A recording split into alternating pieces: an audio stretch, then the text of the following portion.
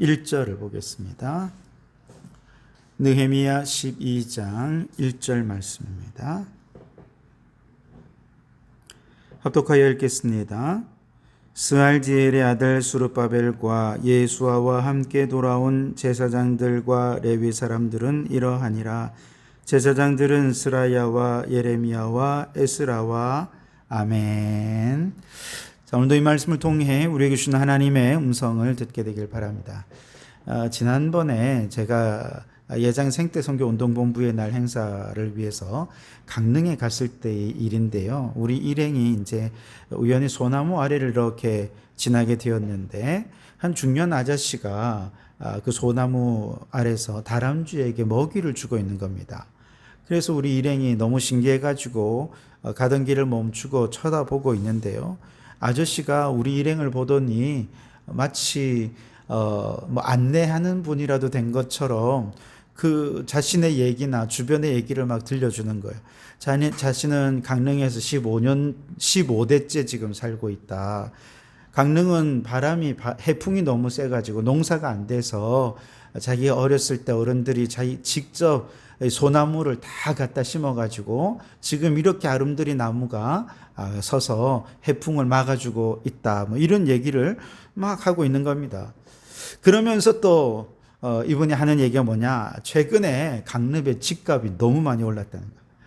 강릉의 집값이 오르면서 지금 주변의 집들마다 재산 문제로 너무 심각한 갈등들이 있다는 거예요. 그러면서 자녀들이 부모님의 재산을 조금이라도 더 가져가 보겠다고 이렇게 소송을 걸고 하는 바람에 여기 앞집의 할머니는 지금 몸져 누워 계시고 저 집도 소송 중이고 저 집도 소송 중이고 누가 묻지도 않는데 본인이 막 그런 얘기를 하는 거예요. 그러면서 강릉에서 지금 이런 일들이 일어나고 있다. 그런 얘기를 하는 거죠. 이렇게 둘러보니까 주변의 집들이요 수대째 내려오는 고택들인 거예요. 너무 아름답고 정원도 너무 멋지게 가꾸어져 있고 주변의 자연과 집들이 너무 아름답게 잘 어우러져 있는 겁니다. 아니 이렇게 유서 깊고 아름다운 고택에 살면서도 집집마다 서로 소송하고 싸우고 다투고 그렇게 하고 있으니 얼마나 안타까운지요. 제가 그 마음을 가지고 이렇게 집들을 보니까 이건 그냥 집이 아니라 고급스러운 감옥이구나. 이런 생각이 들더라고요. 지금 느헤미야와 이스라엘 백성들은요, 사방에서 밀려오는 대적들을 방해와 위협 속에서도 한 손에는 병기를 잡고 한 손에는 건축 도구를 잡아서 단 52일 만에 성벽 건축을 완공을 했습니다. 인간의 눈으로 볼 때는 불가능한 일이었죠. 견고한 성벽이 마침내 예루살렘을 다 감싸 안았을 때 외적으로 보기에는 얼마나 멋있고 또 좋은지 모릅니다. 그런데 문제는 이렇게 성벽이 아름답게 잘 건축되었다 하더라도 그 성벽 안에서 사는 사람들끼리 서로 싸움이 있고 갈등이 있고 원망이 있고 소송을 하고 그렇게 되면 철창 없는 감옥과 뭐가 다르겠습니까?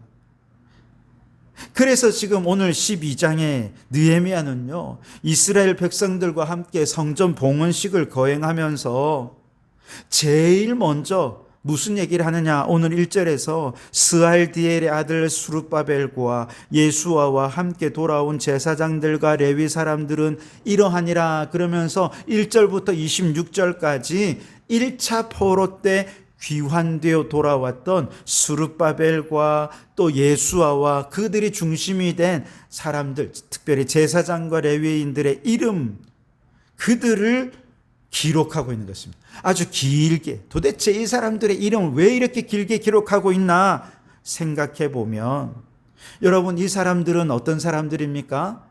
지금 3차 기환자들과 1차 기환자들 사이에는 거의 100년 가까운 시간이 흘렀어요. 100년 전에 1차 기환자들은요, 이곳에 아무것도 없었습니다. 허허벌판이었습니다.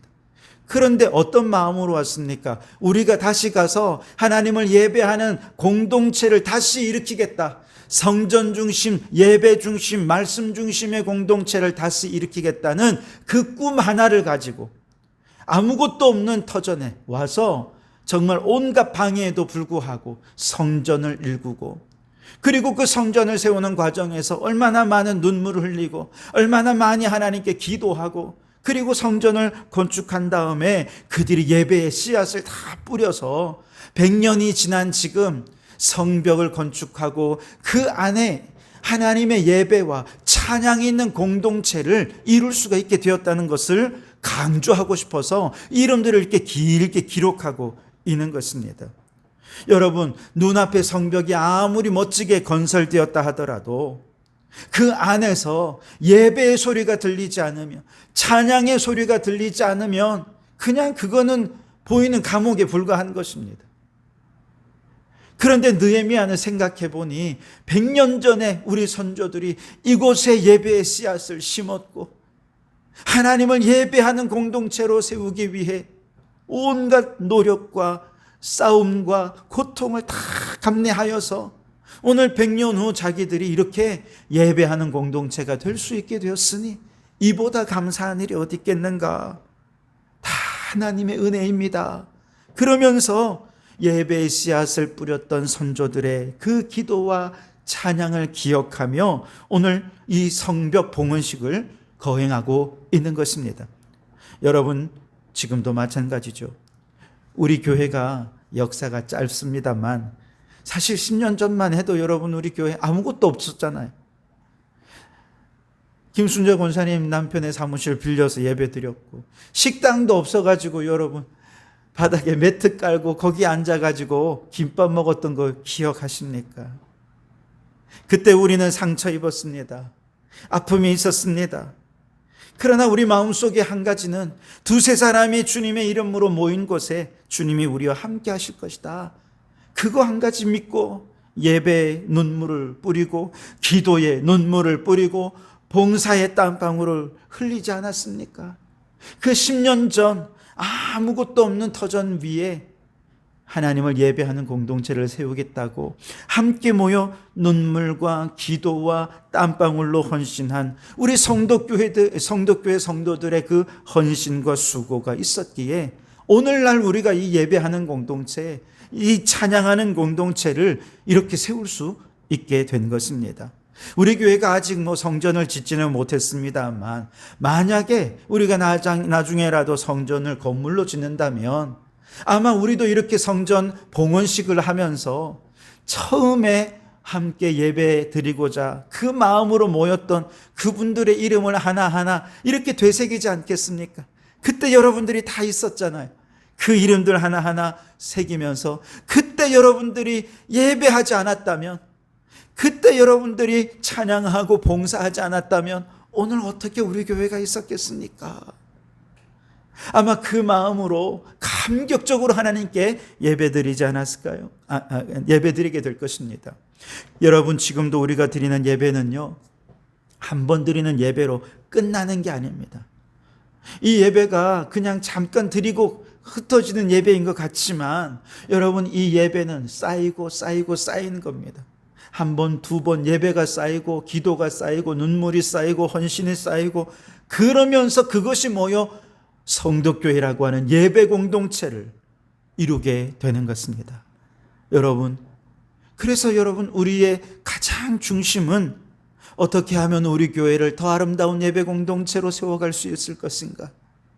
누구든지 이곳에 오는 자들마다 함께 예배할 때 살아계신 주님을 만나고 예배의 감격과 은혜를 누리게 할 것인가?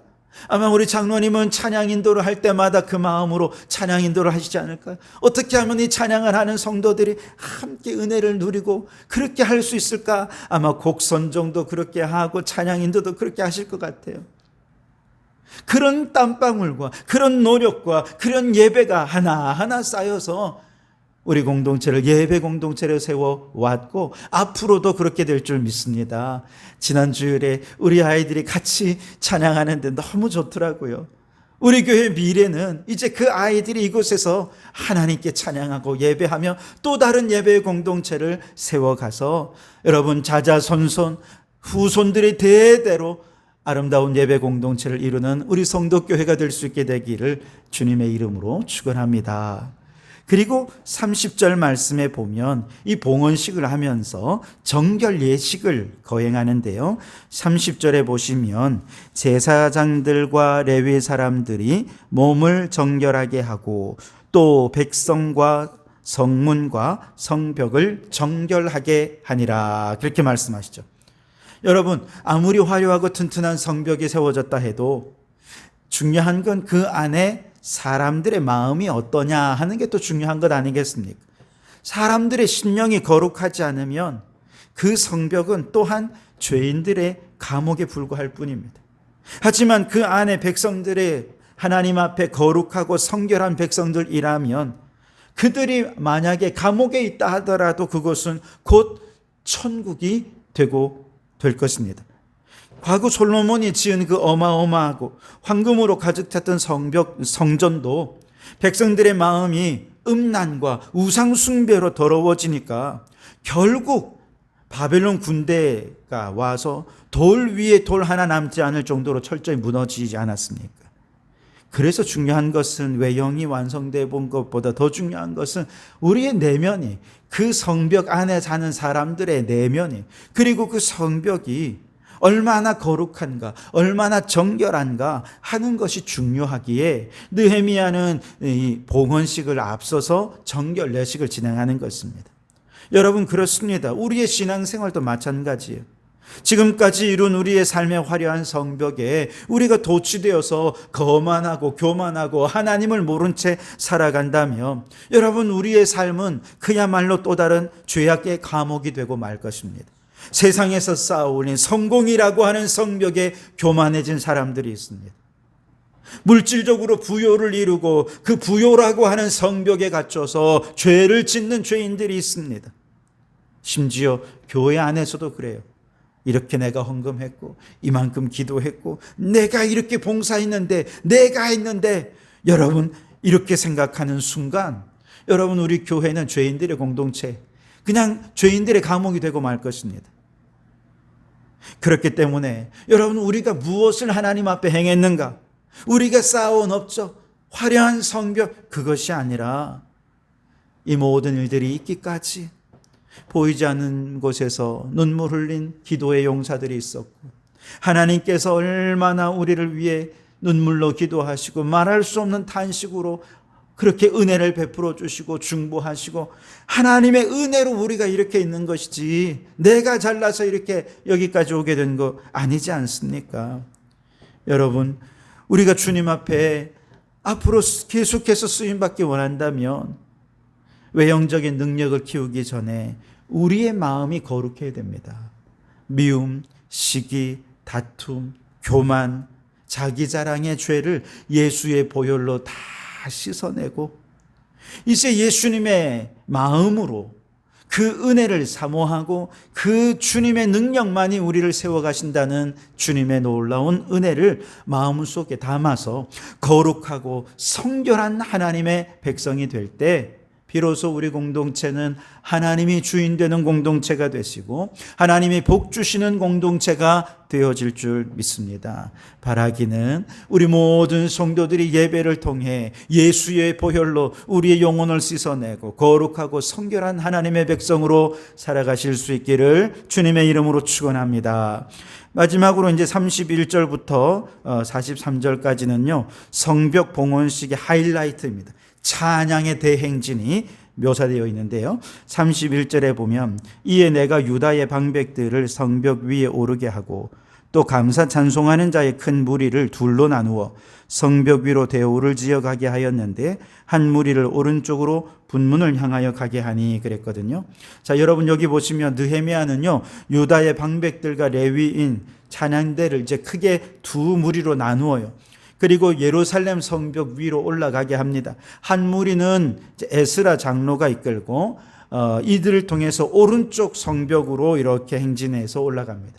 다른 쪽 한 무리는 느헤미야가 이끌면서 왼쪽 성벽을 이렇게 오릅니다. 그리고 이제 가운데서 만나는 거죠. 이 행진이 일어난 성벽 위라고 하는 장소, 여러분 어떤지 여러분 기억하십니까? 불과 얼마 전만 해도 느헤미야가 성벽을 막 쌓으려고 하니까 산발랏과 도비아가 뭐라고 조롱했습니까? 야, 니들이 쌓는 성벽은 여우가 올라가도 무너질 것 같아. 그 부실공사야. 날림공사야. 그러면서 백성들의 사기를 꺾고 놓았던 바로 그 성벽 아닙니까? 근데 지금 느헤미야와 에스라가 중심이 되어서 이스라엘 백성들이 그 위에 다 아주 튼튼한지 아닌지 그 백성들이 다 밟고 다니는 거예요. 밟고 다니면서 하나님을 찬양하고 하나님을 경배하는 행진을 벌이고 있는 것입니다. 그러면서 이 성벽이 얼마나 튼튼한지, 하나님께서 은혜 주셔서 이렇게 튼튼한 성벽을 쌓게 하신 그 하나님께 찬양을 하고 저 조롱했던 원수들을 향해서 거봐, 하나님이 은혜 주셔 쌓은 성벽은 이렇게 튼튼해 라고 일종의 시위를 하는 것이죠. 여러분, 사탄은 지금도 끊임없이 우리의 마음에 산발락과 도비아처럼 속삭입니다. 네가 하는 노력은 아무 소용없는 거야. 네 가정은 곧 무너질 거야. 네 건강도 너의 재정도 여우 한 마리만 지나가도 그냥 쑥 무너져 버리고 주저앉아 버리고 말 거야. 그렇게 위축되게 만들고 주눅들게 만들고 소극적이 되게 만들죠. 그러나 여러분, 그 사탄의 조롱을 깨뜨리는 가장 강력한 영적 무기가 무엇일까요? 감사, 찬양하는 것입니다. 여러분, 우리가 하나님 앞에 감사하며 찬양하면 악한 마귀는요, 한 길로 왔다가 7길로 떠나갈 줄 믿습니다. 내 안에 들어오는 마귀가 주는 부정적인 생각, 부정적인 마음이 들 때 하나님의 은혜를 감사하며 찬양하고 하나님의 능력을 감사하며 찬양하면 그 마귀의 소리는 다 떠나가고 하나님 주시는 은혜로 충만해질 줄 믿습니다. 여러분, 여러분의 소리, 요즘 무슨 소리를 잘 듣고 계십니까? 못 살겠다, 힘들다, 경제도 어렵고 다 무너지는 거 아니야? 여러분, 이거 다 마귀가 주는 소리인 줄 믿으시기 바랍니다. 그럴 때 여러분, 찬양으로 대적하십시오. 감사로 대적하십시오. 오늘 이 하루도 감사와 찬양이 넘치는 하루가 되셔서 마귀를 대적하고 승리하는 하루가 되시기를 주님의 이름으로 축원합니다. 기도하겠습니다. 하나님 아버지, 감사합니다. 어제는 거룩한 주일을 보내고 새로운 한 주간의 첫 시간을 말씀과 기도로 열어가게 하시니 감사합니다. 모든 것은 말씀과 기도로 거룩하여진다 말씀하셨으니 새벽을 깨우는 말씀과 기도로 오늘 하루 말씀대로 순종하는 삶을 통해 거룩하고 성결한 삶을 살아갈 수 있도록 인도하여 주시옵소서. 주님, 내 삶의 성벽이 이처럼 튼튼하게 서기까지 눈물로 기도해 준 믿음의 선배들과 부모 세대의 헌신과 독생자 예수 그리스도의 십자가 은혜의 계보를 기억하게 하여 주시고 오늘 우리도 예배의 씨앗을 심어 자자손손 예배하는 공동체가 되게 하여 주시옵소서. 도비아와 산발랏 같은 저 악한 사람마귀가 너는 무너질 것이다 조롱할 때 오히려 그 조롱을 비웃듯 성벽 위로 올라가 하나님을 향한 감사 찬양을 당당히 선포하며 대적을 물리치며 감사로 승리하고 찬양으로 승리하는 저희들 되게 해 주시옵소서. 이제 다 아뢰지 못한 기도를 주님께서 가르쳐주신 기도로 기도하오니 하늘에 계신 우리 아버지, 아버지의 이름을 거룩하게 하시며 아버지의 나라가 오게 하시며 아버지의 뜻이 하늘에서와 같이 땅에서도 이루어지게 하소서. 오늘 우리에게 일용할 양식을 주시고 우리가 우리에게 잘못한 사람을 용서하여 준 것 같이 우리 죄를 용서하여 주시고 우리를 시험에 빠지지 않게 하시고 악에서 구하소서. 나라와 권능과 영광이 영원히 아버지의 것입니다. 아멘.